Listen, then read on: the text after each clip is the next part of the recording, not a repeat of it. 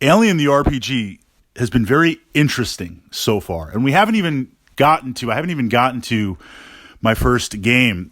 Normally with a role-playing game or a new wargaming system, you look at the rules, you look at this tome, and imagine the possibilities, turning over the possibilities in my mind, especially given the narrative, the complexity, the mystery of the Alien universe. Normally what I do is flip through the book back and forth, look at some pictures, see whatever section catches my fancy, and then at some point sit down and read through it. I literally went through Alien page by page. As soon as you open up page 1, there's just this dark foreboding, this quote by Ash that just pulls you in. And right away from there, going page by page by page, reading the narratives, the rules, the stories, it's that experience alone, that journey into the inner workings of the Alien universe and this amazing role-playing system, that alone in my mind was worth the price of admission and owning such a title on my shelf. So now I'm tossing around different ideas regarding some initial scenarios, some initial adventures that I want to run. They're going to be cinematic play to start off, and then eventually we'll work our way up to a campaign. And my first thought, what proved to be very interesting. I'm kind of thinking also about Dungeons and Dragons and some of the other role-playing systems that I enjoy. Certainly there's opportunities to fight corporate agents or deal with rogue synthetics and kind of have this background of the corporation working against you or you working for the corporation. But ideally, the encounters with the unknown with the xenomorph. And this was interesting because if I look at Dungeons and Dragons, yes, there's a backstory. And you guys know, if you've been following my channel, I'm a massive fan of D&D. I love Dungeons and Dragons. It's a massive part of my gaming life, my role-playing life.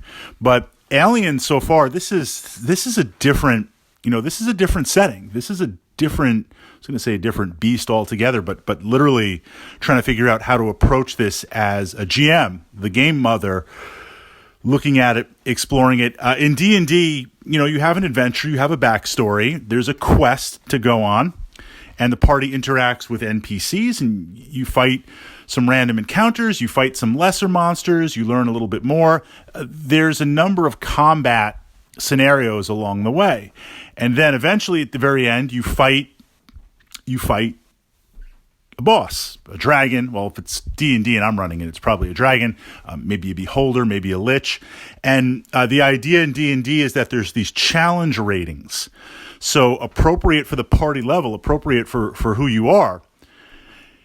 It should be more or less, I won't say even, but, the dice withstanding, you stand a good chance of a party of pulling this off if you play tactically sound. You look at Alien and you realize the alien is crazy. The stuff that you're going to go up against is crazy from that perspective. So here we are throwing, can we say the party? We're throwing the group up against the unknown, up against the alien. They're probably not going to survive. This is not a game that you fight one-on-one. This is not a heroic battle to see the party versus the dragon, or in this case, a space dragon. This is a fight with the very mysterious forces, and that's before we even get into the engineers and that type of stuff. The very forces of the universe, the very darkest forces of creation that's out there. That is highly intoxicating. That is very, very interesting. So assuming you're going into, I'm trying to figure out the structure as I kind of write some adventure ideas down. You go in knowing you're going to fight an alien. Or I shouldn't even say fight. I got to back that up. You're going to be confronting, or you're going to be challenged facing an alien. And there's going to be certain decisions along the way, which either means complete your mission, whatever that's going to be, or bug out, get the heck out of there, or just make sure you're the last. Well, I shouldn't say last. Make sure you're the first to the escape pod so you can seal that door and get out of there. I'm intrigued by the possibility of many, many complex moral decisions, whether that's going to be a sacrifice or a player is going to be selfish. I mean, this is interesting. So knowing going into a one-off adventure, cinematic play, an alien's on the ship, the mining colony, the asteroid, whatever it's going to be. What I'm thinking is, how do we manage the tension? How do we build the tension of discovery? Because the players are not going to be equipped. It's not like a D&D party where you're equipped and you're getting some extra gear and you're ready for that boss fight. You need to gather stuff along the way. You need to figure out, scavenge along the way, put together certain pieces of equipment, figure out your strategy along the way, all while the alien's watching you or aware of your presence, or maybe not aware of your presence because it hasn't activated or become aware. Maybe it's starting to stalk you. Maybe if you break up the party, it's going to try and take one of you out. This idea of a confrontation at the end, there's almost like a timer running where you need to gather equipment, you need to gather knowledge.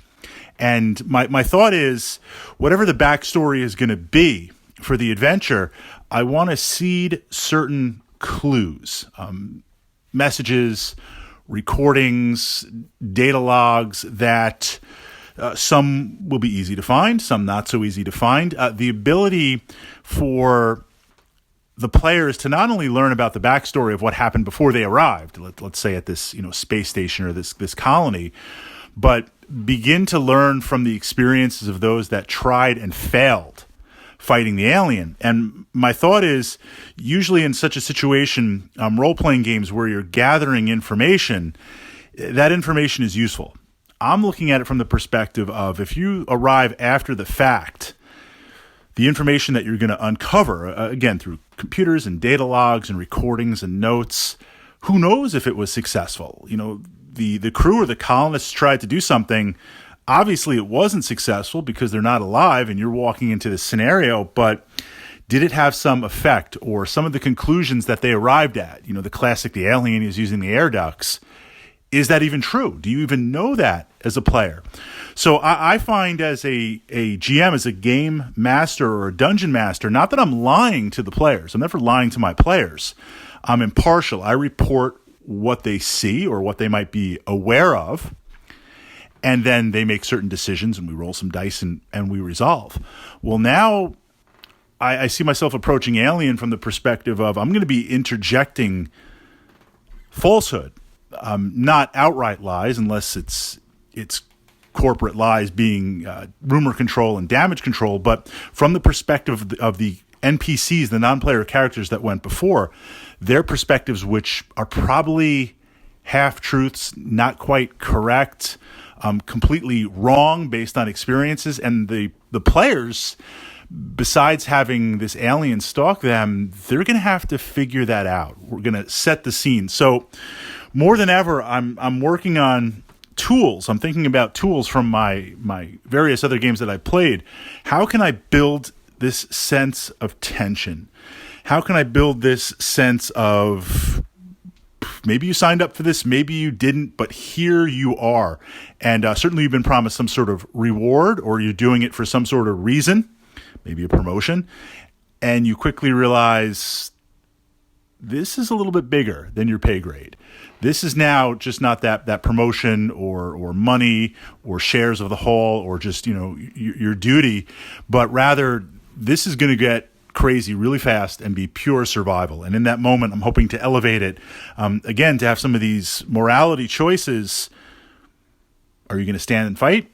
Are you going to run? Are you going to look to save yourself? It'll be interesting, really, really interesting to see. And again, going back and reading the book literally page by page, I can't remember the last time I did that. And as I'm reading each page, it's pulling me in. As a player, I'm like, this is a universe I want to play in. And as a game master, or the book Game Mother, this is a universe that I want to explore with my players. And every turn of the page is doing that. And just reading the book and filling my head with ideas that, we will get to play a game. We will get there, but that absolutely is already worth the price of admission.